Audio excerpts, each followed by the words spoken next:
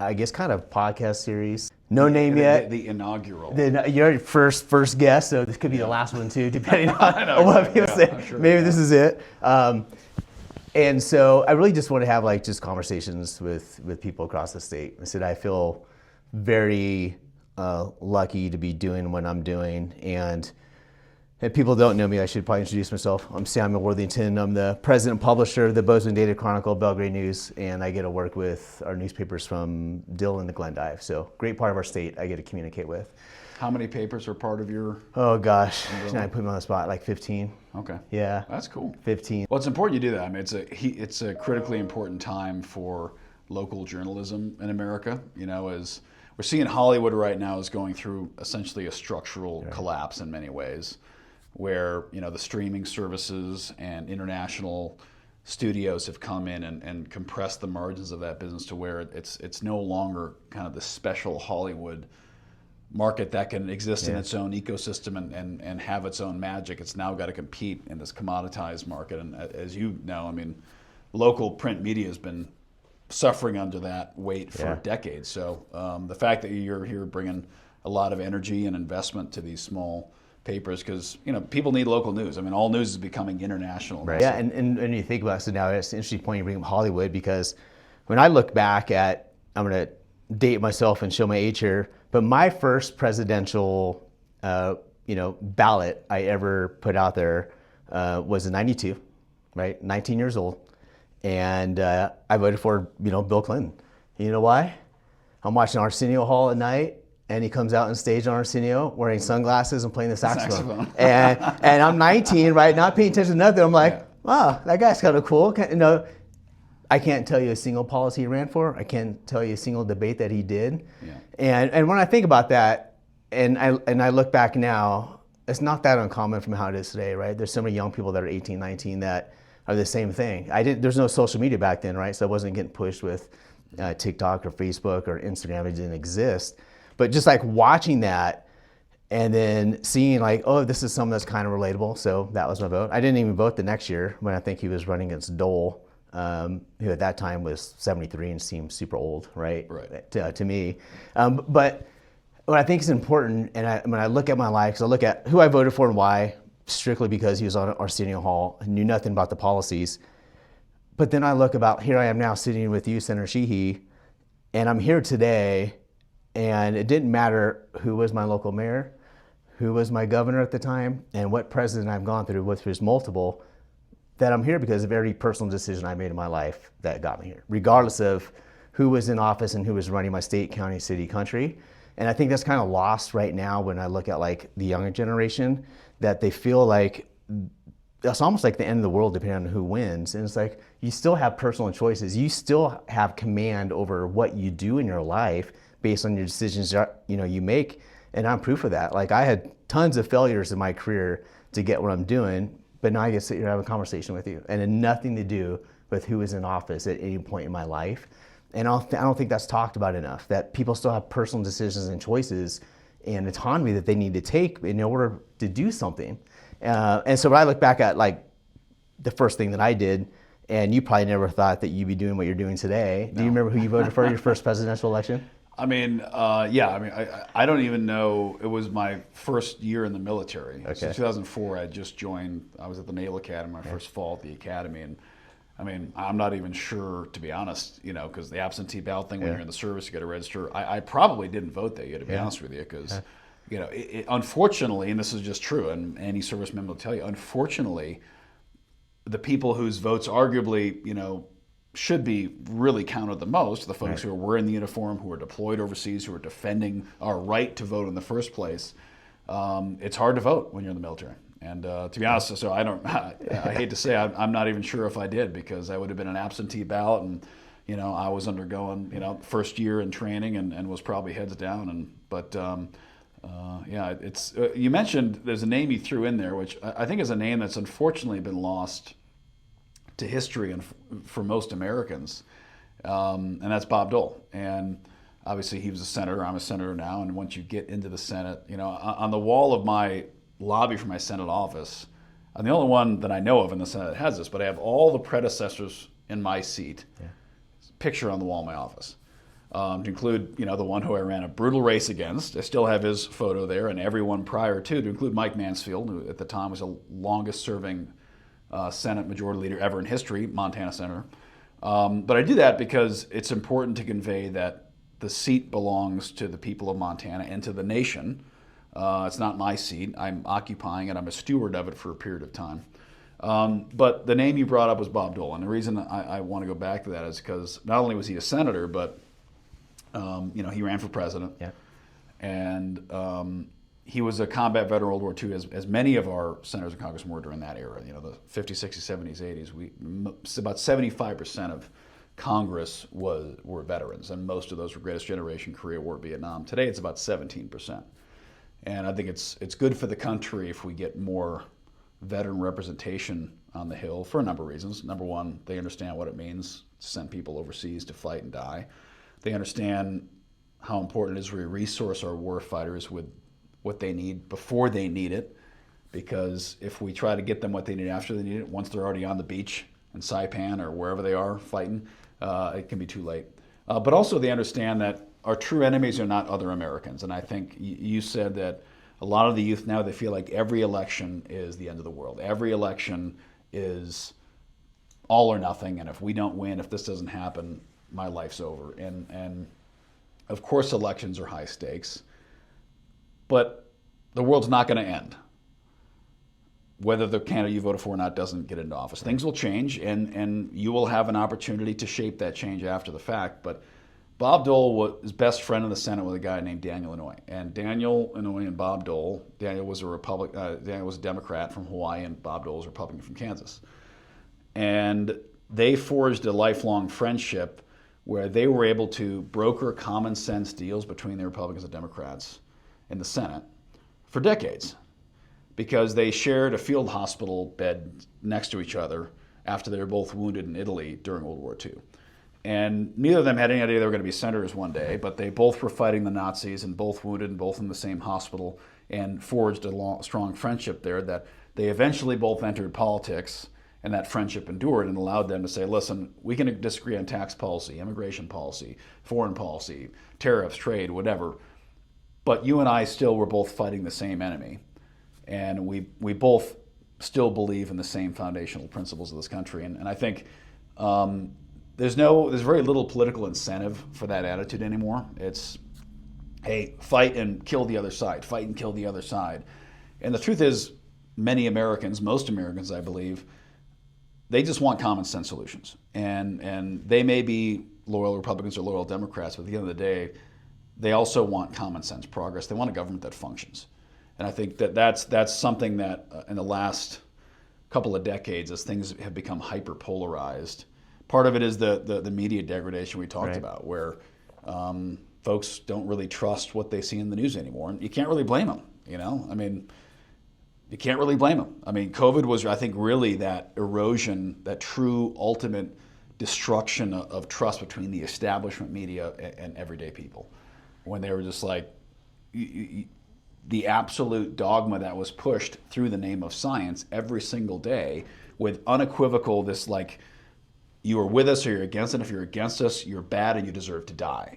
And I think that closing the schools, closing businesses, forcing people to do everything from locking their homes to months on end to, putting diapers on their face to getting injections they didn't agree with. I mean, it was mass overreach to a degree that I don't think we ever thought was possible anywhere in the world. And then, of course, the origins of it. To even mention the fact that, hey, maybe the Wuhan virus came from the Wuhan COVID lab in Wuhan, China. Right. You were branded a conspiracy theorist and a lunatic by the immediately. And you were deplatformed. There were people who were lifelong PhDs and scientists who said, hey, this seems to be a lab-based creation that is consistent with the funding that America, the UN's given to China for their COVID research. This is what it looks like. And even to suggest that, even though 16 of 17 intelligence agencies assessed that was it, even though multiple other, so we don't need to belabor that point. But I think that was really the rupturing point when folks said, I cannot trust what I'm being told. And then whether you want to go in the Russia collusion hoax and, everything about, Trump, Biden laptop, whatever, any conspiracy theory rabbit hole you want to go down, I think it gave warrant for all that stuff to just be unleashed to the Well, point how do we get back to that? And how do we get back to common sense? Like how do I mean, I know from the media side, I'm really trying to push the trust. And I think, when I reached out to you, when I first landed here a year and a half ago, my whole goal and still is to bring extreme balance to what we do throughout the state of Montana. Like I want to be the biggest newsroom in Montana. I want to be the most read and most trusted. That's been my goal since the beginning. I'm relentless in that goal. I'm not going to stop until I feel we're there. That's what I can do and control from here. But I mean, what else can you do? I know you've reached across the aisle many times. I know it's kind of a phrase that I don't know if it's overused or not used enough anymore. I know you just had the new carbon tax bill that just came out that you're working on. Yeah. How do we get more people to look at just like this common sense and more conversations that can be had, that it's no longer just one side or the other, that if you don't fall into this tent, then you're not part of us anymore? Incentives. I mean, the incentives drive human behavior, incentives and consequences. And whether you're talking about immigration or tax policy or individual initiative, I mean, at the end of the day, incentives for good behavior and punishment for bad behavior at the end of the day will drive behavioral changes. And there's really been no incentive, especially in recent years, for common sense bipartisanship. And because too often that is branded as compromise. If you talk to someone across the aisle, you're compromising, and you're not a true believer in the cause. And it's like, I don't think that's accurate. I mean, look at the president. I mean, the president, the day he was elected, welcomed Zohran Mamdani to the White House to say, hey, I don't agree with this guy, but he's the mayor of New York, so I'm a New Yorker. I'm going to talk to this guy in the White House, and we're going to figure out what we can agree on, because I love New York City, and I want it to succeed.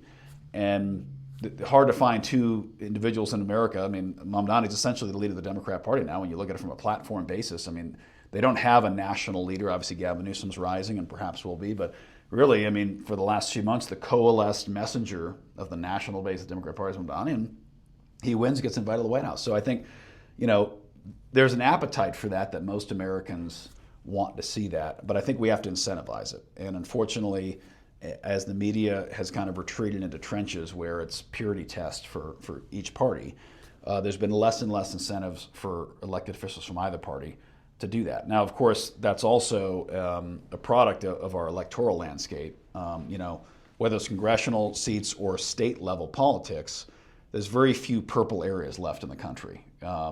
Both parties have aggressively gerrymandered themselves to where there are safe House districts and safe Senate states where it's about the primary only. It's not about the general. So the amount of swing seats available, and of course the number of swing votes available. I mean, Ronald Reagan won by 49 out of 50 states. He won in 1984. I mean, nobody wins in those margins anymore. Over the last 40 years, the states have become essentially political camps for one party or the other, with a narrowing number of electoral paths to actually meter that in the middle. So, it's a complicated problem. It'll be hard to unwind it all. But I think it'll start with information. People got to trust the information they're getting. I mean, that's why, Elon Musk's acquisition of Twitter, I think, was incredibly important, because agree with everything he says or does or not, his seminal calling there was to say, we are going to bring back an unfettered exchange of unfiltered information. And unfortunately, there's a lot of downsides to that. But we have to weigh as the upside greater, which is that information is not going to be filtered or pasteurized through a partisan editorial construct. And, yes, I'm a Republican, I'm on the right side of the aisle, but I don't think anyone can deny that the traditional legacy American media has been overwhelmingly Democrat. I mean, Bari Weiss, who I think highly of, she left, the establishment media. She's not exactly a right-wing MAGA person. She's, basically was a liberal Jewish woman in New York who was saying, listen, I feel like the dogma at the New York Times and the Washington Post and CNN, I mean, these are not editorial teams. They are partisan political operations. When 100% of the newsroom at NPR, or the editorial staff at NPR or New York Times, is liberal, and very liberal at that, how can you expect those people to have an honest, objective filtration of information and present that information in a nonpartisan way?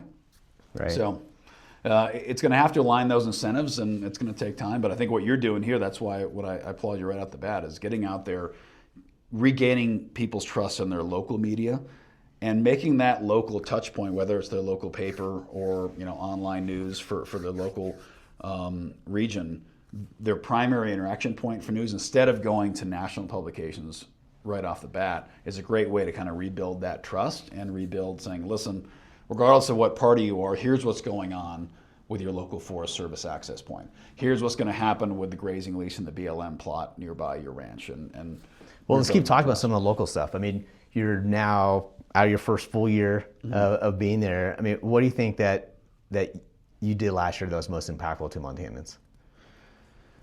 Number one is wildfire. I mean, my first week in office was the Palisades fire in LA. I mean, I got sworn in, and obviously in the Senate, there's people who are there for 40 or 50 years. So being, number 99, you're not super relevant, believe it or not, when you show up. But my first week in office, the LA fires, which were the most expensive disaster in the history of this nation.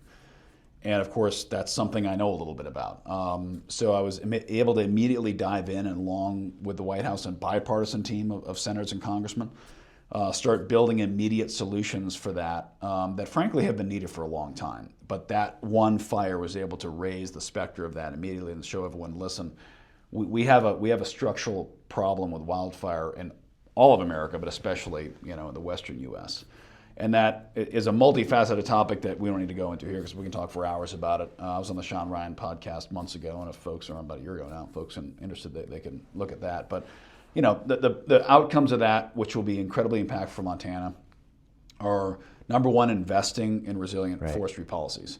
We've had a pendulum of policies regarding forestry in this country, from clear-cut forests to no end to completely conserve them and don't touch them at all. And as a result, we now have overgrown, too dense forests with excess fuel loading, minimal access, and an unhealthy landscape, because most of these forests are not meant to be as dense as they are. And that leads to reduced water coming into our watersheds, because trees consume a lot more water than a typical grassland of similar acreage.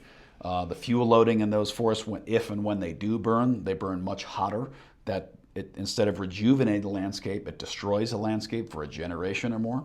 And then, of course, the impact on that to the watersheds and the wildlife around it is unhealthy. So we need to bring back common sense forest management. That's prescribed burns, that's forest thinning. That's the logging industry. The logging industry has been scarlet lettered in this country as bad. And we said, logging's bad, we don't want to cut down trees in America. Well, where do you think you get the wood for the houses we build? You drive through Bozeman now, and obviously housing boom going on. We're building houses everywhere. Well, the cost of housing is an issue. Well, cheaper wood means cheaper houses. So let's rejuvenate our forestry industry. That makes our forests healthier. It helps reboot a lot of our local economies in places like Libby, Deer Lodge, that have sawmills that have had to shut down. We used to have 36 in Montana. We have about 2.5 right now. You still need the wood. Now you're just buying it from Canada and shipping it. You're buying it from Georgia. It's coming up from there, from private land. So paying our firefighters what they should be getting, living wage. They should be treated as the first responders they are, instead of treated like seasonal ski resort employees. It's unacceptable how we treat our wildland first responders.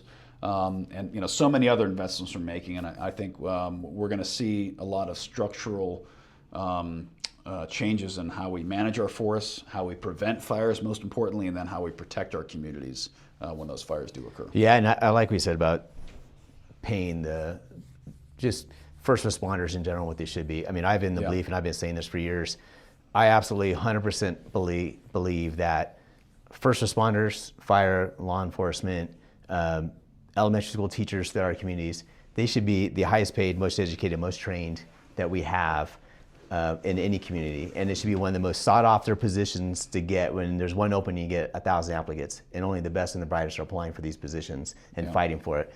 And I think there should be more budget, more training for all of them. My wife spent 20 years in law enforcement in San Francisco PD, and one thing I've always said is, when you see things that happen out there nationally, when, a rookie police officer maybe does something, responds differently, I always look back at, gosh, they should have more training across the board. Like, you can't do 9 months in academy and come out and then expect to be able to handle real world situations all the time. You came from the most elite military departments and divisions where we come from, and from what I understood, I don't know if it's accurate or not, but I've heard rumors that the SEALs ammunition budget was more than the Marine Corps combined for how much that they trained and used and spent, right? Because you're constantly training. And so I mean, again, like I think these should be the highest paid, and how do we get there to where we are supporting our first responders? As I know, they're losing people right now. They can't get people to apply for some of these positions, especially in law enforcement, but even our elementary school teachers. I have a lot of family and brothers and sisters that are involved in the school systems in California. And it's not always looked at as like a good profession anymore like it used to be. Yeah. We need to be able to get there to where they are the most paid and is the most sought after. What are some things that you think that we can do so we can bring that back? I mean, elementary school teachers are with someone's children more than their parents are for most of the time, right? Yeah. These are the people that they're with. So, what can we do to bring that back? Yeah, I mean, incentives, like we talked about earlier. A lot of folks don't want to go in these positions anymore. Sometimes it's pay, sometimes it's lifestyle, sometimes, I mean, law enforcement, as you know, we're in an epic recruiting crisis for law enforcement, and a lot of that came out, the post-George Floyd era and the defund police movement, and cops said, listen, I'm working crazy hours, middle of the night, 2, 3 a.m., I put my life on the line, and yet my community hates me. I'm being told I'm a racist, I'm a pig, I should die. They're coming to my home, they're targeting my family. So, how can you blame those people saying, listen, I'm not going to do this job? So honoring those positions. And I think what you said is true of so many professions. In fact, I just penned an op-ed that I'll probably be putting out here soon about how we've dishonored so many professions in America. Welders, pipe fitters, carpenters, electricians, truck drivers, sheet metal workers, policemen, firefighters. Military. We've told 2 generations of young Americans that, hey, you need to go to college, and if you don't go to college, you're a failure. And not only do you need to go to college, you need to do whatever it takes, even if it means indebting your parents and your family and your children. Take out those student loans. Do whatever it takes. Get the education. Then once you get your bachelor's, get your master's. More education is the answer. And whatever you do, don't ever work with your hands. Get a job in a cubicle, become a professor of gender studies, become a philosopher, whatever it is. But working with your hands is dirty and it's beneath you, and don't do that. And we've dishonored those professions which really built our nation and built our economy. And now we're desperate for those professions. We're desperate for the carpenters and the capable welders and the policemen and the first responders and the nurses and and we don't have enough doctors either. Right. So we've driven people into these white collar middle management knowledge positions. They've spent ungodly sums of money to get there, oftentimes on their parents' back, or worse, on their children's back, because they've taken out those loans personally, them and their spouse. They can't afford a home. They can't afford to have a family. If they do, they're desperate to make ends meet because they're carrying the crushing burden of student loans. And then the culture that promised them prosperity as a result of that path abandons them when they get the job, realize, so I'm only going to make, 70, 80K a year here, and I have $200,000. Like, the math doesn't work. I can't live and pay my loans and have this job. Meanwhile, you can become a pilot or a welder or an aviation mechanic. You can be making 6 figures with a trade school training education, journeyman period on the job. I mean, by the time you're 24, 25, with 0 student debt, you can be making 6 figures with benefits. And folks look around and say, wow, like, why am I not doing that? Like, well, but he doesn't have his degree. Right. Who cares? Well, you talk about what does that matter? He owns his own home. Yeah. He's got a family. He has no debt. He has a steady job. He's got a savings account. Who cares whether he's got the degree or not, or she's got the degree or not? She's a nurse at the hospital, and she's making good money, and she's rocking and rolling. He's a welder. He's got his own contracting company. And I think we've got to re-honor those and reinvigorate the American man and the young American woman too. Although, as we know, we're hearing about this youth male crisis in America, where the women, frankly, are doing great. They're getting more educated. They're getting better jobs. Their careers per capita are taking off. And the American man, we're told, is suicidal, depressed, lost. And some of that may be true, some of that may be media hype, but I think it is generally accepted that we have stigmatized what were traditionally young male professions, like becoming a cop, a firefighter, joining the military, becoming a plumber, welder, tradesman of any kind. And now we're realizing we need to build ships. Right. To keep up with the Chinese. We need to build data centers. And as AI is rolling out, the first jobs AI is going to take, it's not construction workers, it's not cops, it's white collar workers. It's the professions that we told young Americans for 40 years, if you can just get that job in the corner office in the cubicle, you're going to be fine. you'll have job security. And now we're finding out those are the first jobs to go. Those are the first jobs that AI is automating out of existence.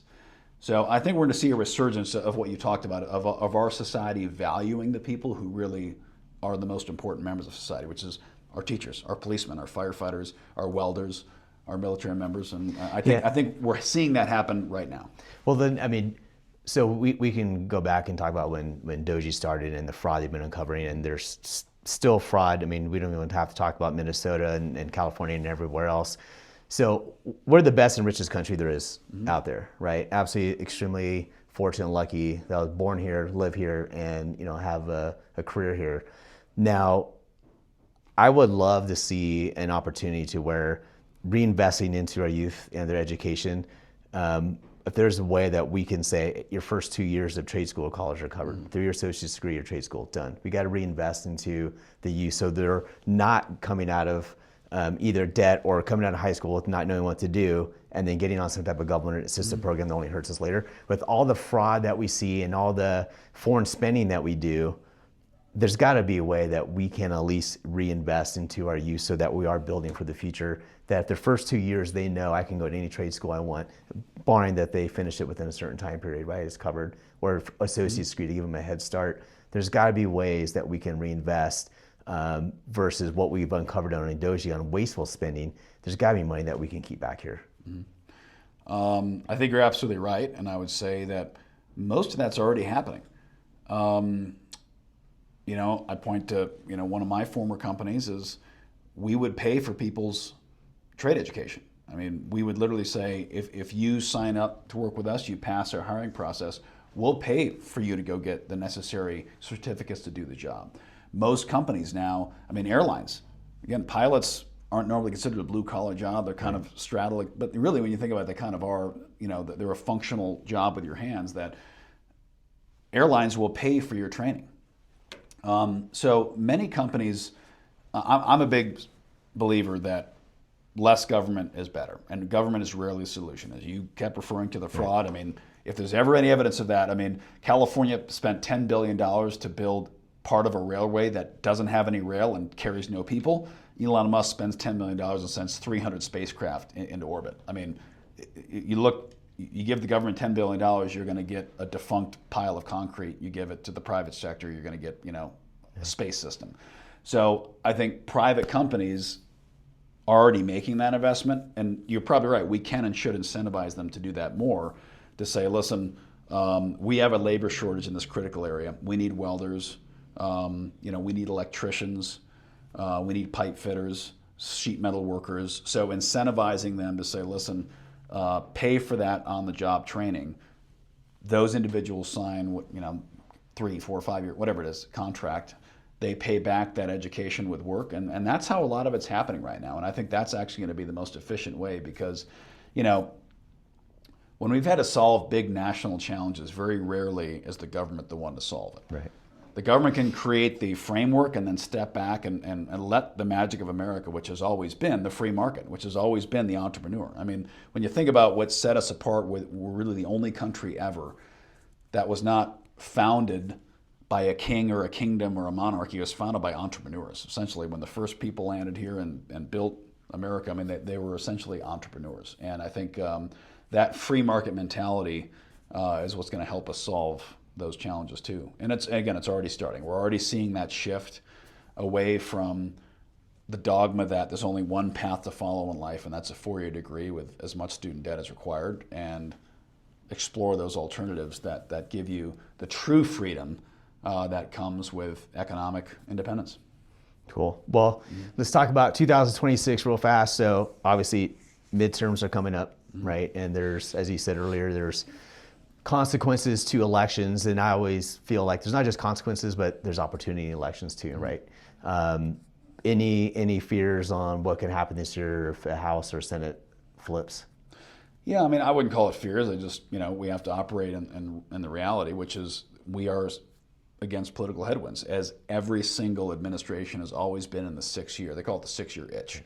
Anytime you have a 2-term presidency, even if they're non-consecutive, like President Trump's, I think Cleveland was the only one prior to him, that 6th year, even the most popular presidents, Reagan, Clinton, Obama, Bush, Trump, all the way back to Eisenhower and Truman, that 6-year itch is a really challenging just political force that it's hard to outrun. And that's where we're at, of course, in this cycle, and especially when one party controls all 3 houses. Other than that like 40 years of Democrat rule in the middle of the 20th century, that was pretty unique, where basically they kind of owned Congress, both the House and the Senate for a long period of time there. But typically, when a party controls all 3, the voters want to try to take that away. It's just kind of a national mood. So we're definitely going to be in political headwinds. The opposition base is always motivated to turn out in this kind of year 6. They want to have that referendum on any president's policies. So again, this isn't a Trump thing. This is the 6th year of every president's administration in history has kind of run into this. So I think what's important is for the next 11 months that we have, we passed the priorities that the American people, bipartisan, spoke last year they wanted. And immigration. Immigration was unquestionably a massive issue that not just carried the president across the line, but Republicans across the board, where they said very, very clearly, listen, we want a secure border. And to this day, even after the Minneapolis mistakes, the American people still, and polling as recently last week, say, no, we still believe the border should be sealed. This is like an 85-15 issue. This isn't this is a true across the board, Americans want a secure border. They also want common sense enforcement of illegal immigration within the country. They want deportations. They want to make sure that there are consequences for coming here illegally. And as we process through that, there's a long way to go. But those are issues that Americans united on. The economy, they wanted inflation down. It is down by a lot. We're at 2.7% now, which is way down from 14% it was in the middle of the money printing going on 3 years ago. So for us, as the party currently in power, we have to make sure we're communicating the wins we have delivered and also what we can do, not just in the remainder of the time we have, but say, listen, this is what we can do, with another 2 years of unified government. But we have to stay focused, and we have to deliver on those wins, and then we also have to communicate how we've delivered those wins and what we're going to do next. And in any party, especially when that party is on top, you can start losing message discipline, and you start running every direction. Everyone wants to go after their pet project, and of course, they start hitting each other. And Republicans are always so good at circling the wagons and then firing at each other. Right. And sometimes the guys, can we please work together here and continue delivering on the common sense wins that we got elected to do. So, it's going to be a tough cycle, as it always is, again, for the incumbent party in this just cycle of the clock. So the most important thing, as I said, is get out there and just communicate directly to our folks about the wins we've delivered and what else we're going to do. Yeah, what they think is interesting in immigration is I look at when I just first moved to this state, and I just think it's kind of fascinating that everyone's pro-immigration, but also kind of anti-migration. And what I mean by that is you can be in any other country and come here and you're welcome. But man, if you come here from a different state, it's like, I know. You don't belong here. We don't want you. But it's almost easier to come from another country, Montana, than to come from 2 states over. Totally. I just find that very interesting that there's such this rally around supporting illegal immigrants. But man, you born in a different state. We don't want you. We don't want your policies, and get out. It's just such a hypocrisy. I think when you kind of hear that. No, I mean, me going through the campaign, obviously, I'm from Minnesota originally, so, I was the evil out-of-stater, right. How dare he think for come here, and it's like, the same party that was maligning me for, I have no control over what state, right. I crawled out of my mom's womb in. I can't control that. I can't control where I've chosen to build a business and raise my family. Right. Yet I was constantly bashed for that, go back to Minnesota, blah, blah, blah, blah, blah, blah. Yet the same people bashing me for that are the people who demand mass amnesty for anyone who came here from any country, right? And of course they always want to characterize it like it's the innocent Mexican fruit picker who's just an ag worker. It's like, that's some of them, but guess what? There's also narco terrorists from Venezuela who are coming here and murdering people ruthlessly. There are people who are coming here for the sole purpose of bringing poison into our country, and they're killing 70,000 Americans a year. There are people here from China who are not our friends, and they're not here to get an honest job. They're here because they have bad intentions for our country. And, so they don't differentiate that. And I think that's, again, that process became so out of control, you could no longer shape a narrative around it because it was just such an abject failure that the American people wanted it dealt with. But well, listen, thank you for what you're doing. I think your energy to get out around the state and try to reinvigorate local journalism is incredibly admirable, and we support you 100%. Well, I just ask you to finish with one closing statement, and that is your priority for 2026 for Montana. What are you trying to get accomplished this year? Most important thing is our public lands across the board. We've seen, I think, a bipartisan recognition over the past, several years, but especially over the past year and a half, that we're at an inflection point with our public lands in so many ways. And I think there's been, over the past 50 years, we've done the American people a disservice in allowing the public lands discussion to kind of bifurcate into this, again, no compromise, no common sense, just you are either pro-public lands and we're never going to cut down a tree, you're never going to build a road, you're never going to have a timber mill again, we're never going to open a mine, and boom, like this is stand with us at the Alamo or die, and then, or you're apparently an evil, we want another Butte mine, you're going to blow off, you're going to cut down every tree, and you're going to open up, you're going to drain our rivers and blah, blah, blah. And, both sides have their angle on it, but the reality is the vast majority of Americans and Montanans say, listen, I want common sense public lands management. I want our public lands to stay in public hands, no question. But I also think that we should be able to have a timber mill. We should be able to thin our forests, manage them properly. We should be able to do prescribed burns without waiting 10 years until my town burns down. We should be able to have mixed use access. We shouldn't be allowing activists from either coast to parachute in and file lawsuits and injunctions that stop a logging project that is key for forest health and also key for the economy. Mining, we do need mines. Like recently the Sheep Creek mine over near Darby. I'm very pro-mining. I've been on record, like we need to be mining in this country again. We sent these dirty industries overseas to dirty countries. We surrendered our resource economy to foreign nations, all under the guise and under the banner of environmentalism. Well, now we're realizing, we really need those critical minerals. And when 97% of them are processed in China, if we go to war with China and they decide to, like they did recently, put a stranglehold on that, we're in trouble. And those smartphones all of you carry around in your pocket every day, they're not made out of the ether. They're made by materials that come from China and other countries that don't like us. So if we don't mine the cobalt and the lithium and the rare earths here, they simply get mined in Angola or Southeast Asia or South America, in places where there are no environmental controls, there are no labor rules. There's children carrying this out of the mine on their head, 8-year-olds, 10-year-olds, who they just leave the bodies in there when there's a mining accident. So are you really being virtuous by blocking these projects that the nation needs? But of course, like the Sheep Creek mine, as a pro-mining guy, it was very clear that team had not done the necessary legwork to understand what the local community wanted, and also understand that there were some very unique dynamics around that mine when all the county commissioners, all the state, there was nobody who was a local voice that was saying this is a good idea. That's a problem. And, it's public land. So therefore, if the public doesn't support it, there's a big problem. So I think we have a unique opportunity now. This administration is willing to take bold action.